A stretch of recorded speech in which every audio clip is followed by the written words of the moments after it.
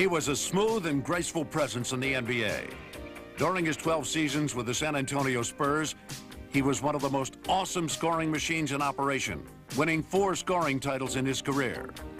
He ran with such cool precision that he earned the nickname the Iceman. His name, George Gervin. Today on Greatest Sports Legends, host Michael Jordan met up with a man who once dazzled the NBA with his many moves. His name is George Gervin. And during his career with the San Antonio Spurs, he overwhelmed many opponents with his repertoire of shots. As Michael Jordan found out, George had an unlimited arsenal of weapons. He could go to his left or his right and make the running hook shot as easily as he makes his patented underhand finger roll. George, the Iceman Gervin, certainly left his mark in the NBA.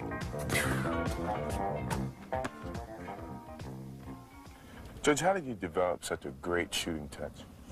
Well, when I was back in high school, this janitor, a friend of mine named Mr. Winters, he made me a proposition. He said if I swept the floors, then I could stay and shoot around until he left, and which was usually about 10, 11 at night. And that's why I used to take advantage of shooting the ball 400, 500 times a day.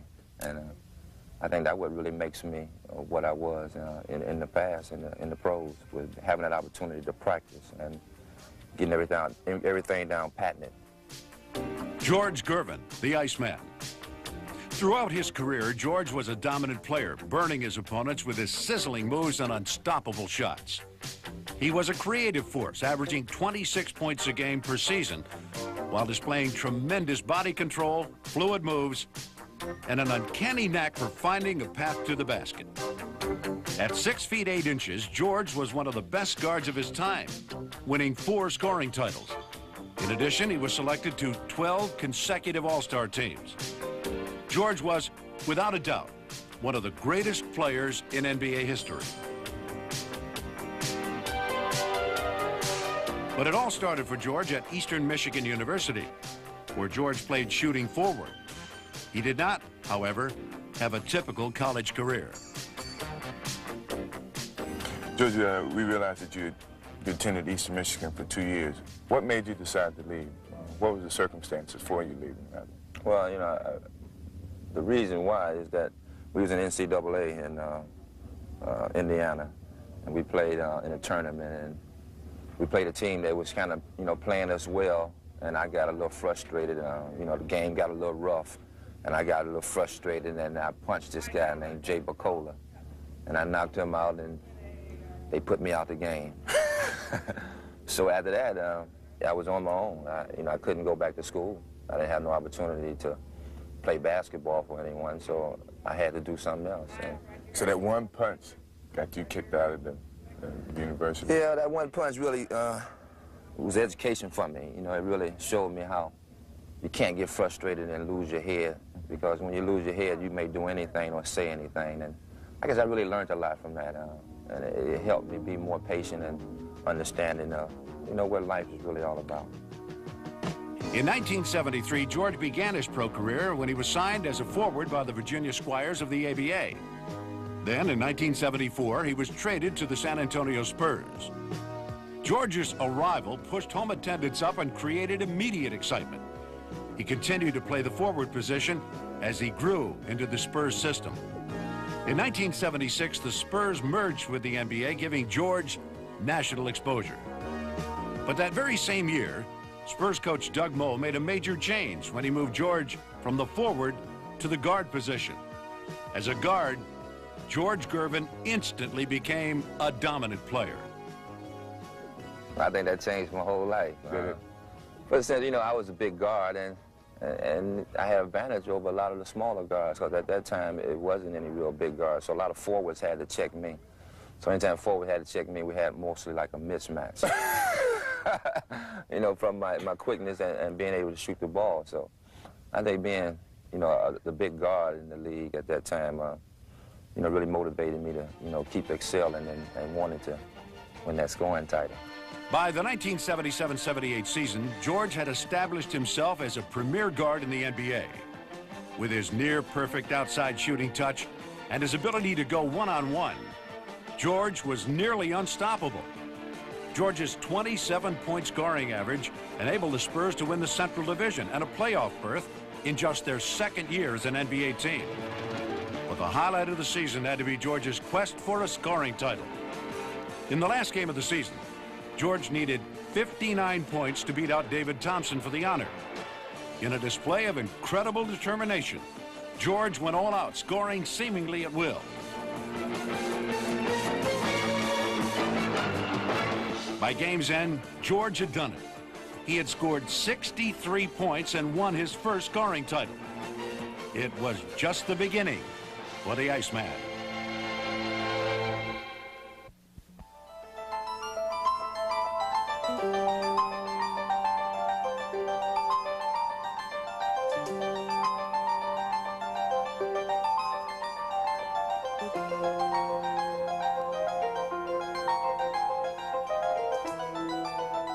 You know, George, you were not known as a fast player, but yet you had that quick first step.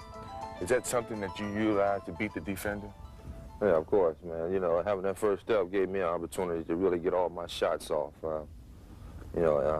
And being able to use that first step going both ways, you know, really make your defender wonder what you're going to do. And it gave me an opportunity to having that first step to really get my jump shot off.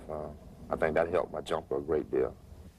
After you won your first scoring title, did you find defenders gunning for you a little harder? Oh, yeah, I think, you know, it worked on both ends.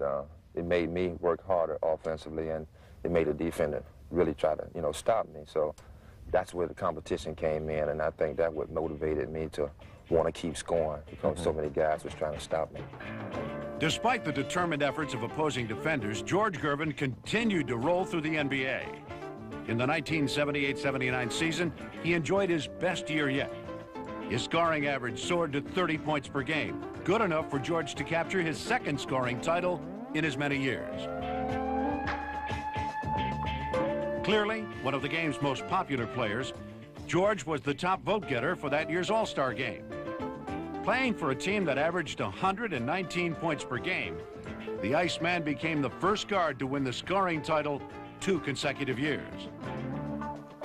Certainly, George was an offensive model for an offensive-minded team. In the late 70s, the Spurs under Doug Moe were really a fun team to watch. Not much on defense, but plenty on offense. Well, nobody really paid no attention to our defense because our offense was our defense. You know, we ran up and down that floor so much and scored on so many people that they had to find a way to really move up their offense to compete with us, and it wasn't about defense. You know, defense is good, but you need somebody to score. And, you know, San Antonio Spurs was a scoring machine. That's all we did was score. Run and gun. In the late 1970s, the San Antonio Spurs were an offensive powerhouse. They were consistently #1 in league scoring, a team always on the move. Their impressive ball handling and effective passing created a lightning-quick attack, which left opponents dizzy. The Spurs' philosophy on offense was simple: score so many points that the other team couldn't possibly keep up. They were the ultimate run-and-gun team, and George Gervin was their most lethal weapon.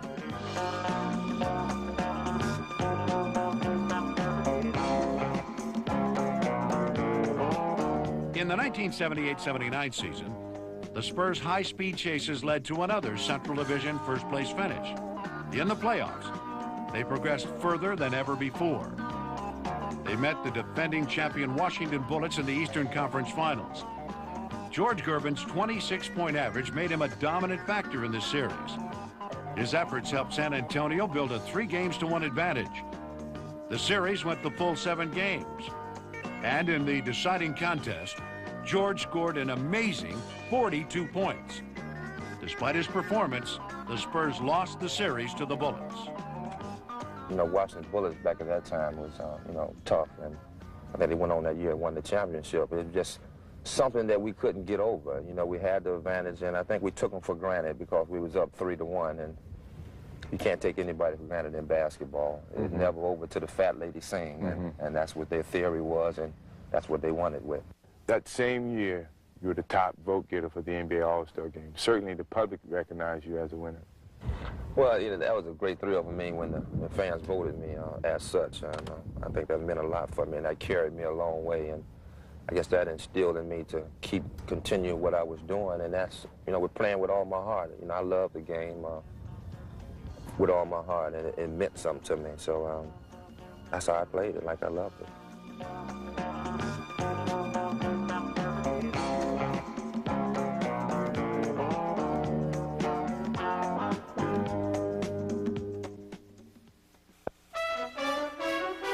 In the history of professional basketball, the game has produced some outstanding talent at the guard position. There was Bob Cousy, the Houdini of the hardwood. At 6 feet, he was one of the greatest ball handlers ever. His phenomenal playmaking ability led the Boston Celtics to 6 world championships. Then there was Jerry West, Mr. Clutch. At 6'3", he averaged 27 points per game in his career. A member of 14 All-Pro teams, West led the Lakers to an NBA title in 1972.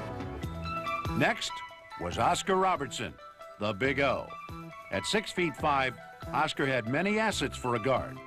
He was a triple threat, as he could rebound, pass, and score, averaging 30 points per game.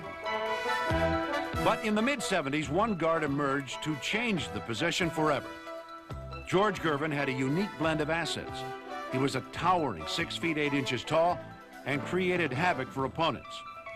George was tall enough to shoot over most guards and quick enough to run by most forwards. With this combination, the Iceman was one cool customer, a man always in control of his game. George, when you're on the court, it seems as though you're enjoying yourself. It's amazing the way that your facial expression shows that, you know, you're just out there, you're just having a good time, you're cool and you relax. Is that something you try to express? Well, you know, it's just something that really is all part of my game. You know, I know the key to being successful out there is having your full concentration. And I know and me having my concentration, it gives me the confidence to do what I'm capable of doing. And me being able to do what I'm capable of doing comes from practicing. And I practice all the time. And, you know, you practice just like you take taking a test. When you study, you're going to pass the test. So I use basketball as that same example. George scored high marks with the Spurs in the 79-80 season. By winning his 3rd straight scoring title, he proved he was one of the greatest scorers ever. By employing his soft outside jump shot, George was able to set up his equally effective drives to the basket. Either way, he was a thrill to watch. Unpredictable and indescribable.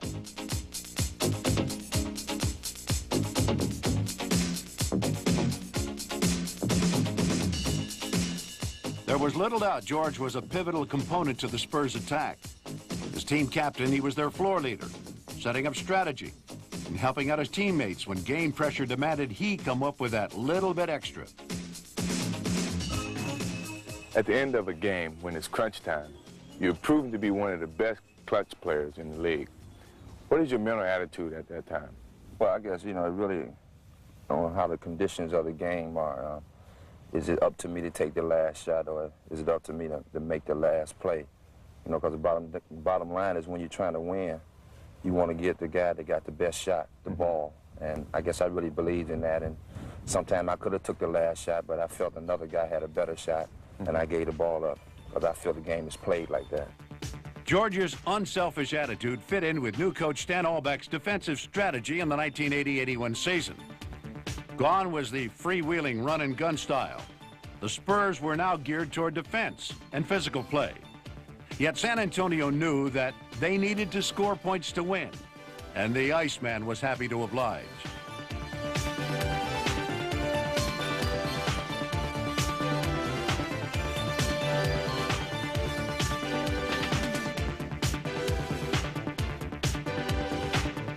With a 32-point average, George won his 4th scoring title in 1982.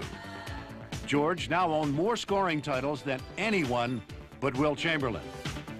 George Gervin created a lot of excitement for the Spurs fans. But one man can't do it all.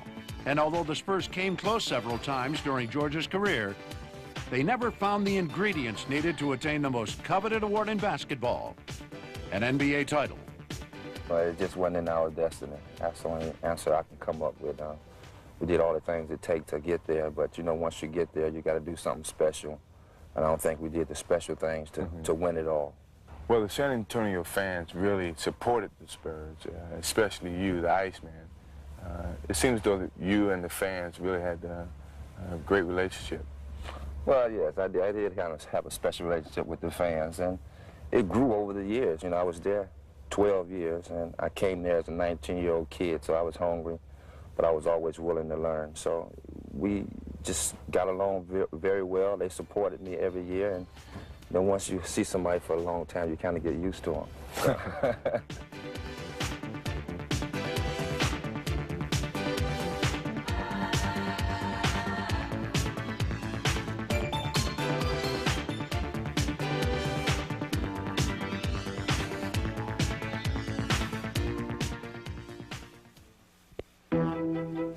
Entering the 1985-86 season, George Gervin was the San Antonio Spurs' all-time leading scorer.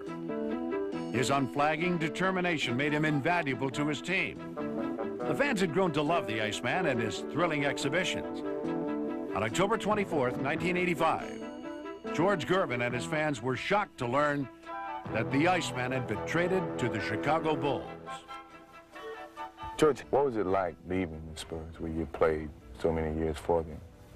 Well, you know, I didn't necessarily want to go, but, you know, in basketball, it's just not only basketball, it's business, too. So I knew that I've been fortunate to play in San Antonio for 12 years, and, you know, looking around the league and seeing all the guys moving every other year or, you know, moving year in and year out, I felt blessed that I had the opportunity to stay in one place for 12 years.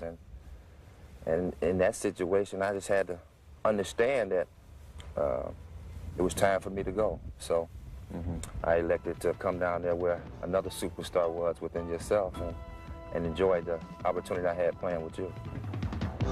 While having a chance to play with a talent like Michael Jordan, George enjoyed a fine year with the Chicago Bulls. He played in all 82 games and averaged 16 points per game. That season would be the Iceman's final year in the NBA. The next year, George joined the European basketball circuit, playing for the Banco de Roma team in Italy. Fans grew to love the man they called Italian Ice. I had a great time. You know, it was a great experience for me and my family. A lot of that came out for the best for me. I think it gave me a year to come down from the NBA and relax and be in the frame of mind I am now, and that's satisfied and appreciate what I have done. George, what part of the game will you think you missed the most?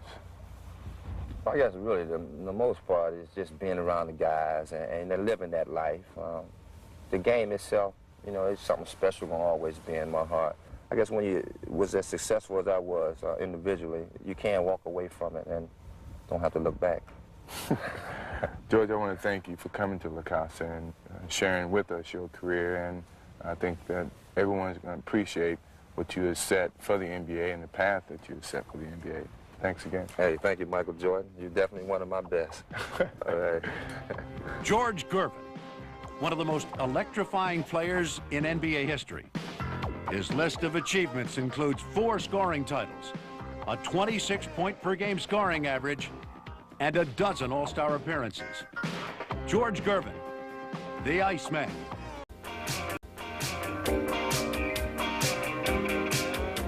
He was a smooth and graceful presence in the NBA. During his 12 seasons with the San Antonio Spurs, he was one of the most awesome scoring machines in operation, winning 4 scoring titles in his career. He ran with such cool precision that he earned the nickname the Iceman. His name, George Gervin. Today on Greatest Sports Legends, host Michael Jordan met up with a man who once dazzled the NBA with his many moves. His name is George Gervin. And during his career with the San Antonio Spurs, he overwhelmed many opponents with his repertoire of shots. As Michael Jordan found out, George had an unlimited arsenal of weapons. He could go to his left or his right and make the running hook shot as easily as he makes his patented underhand finger roll. George, the Iceman Gervin, certainly left his mark in the NBA.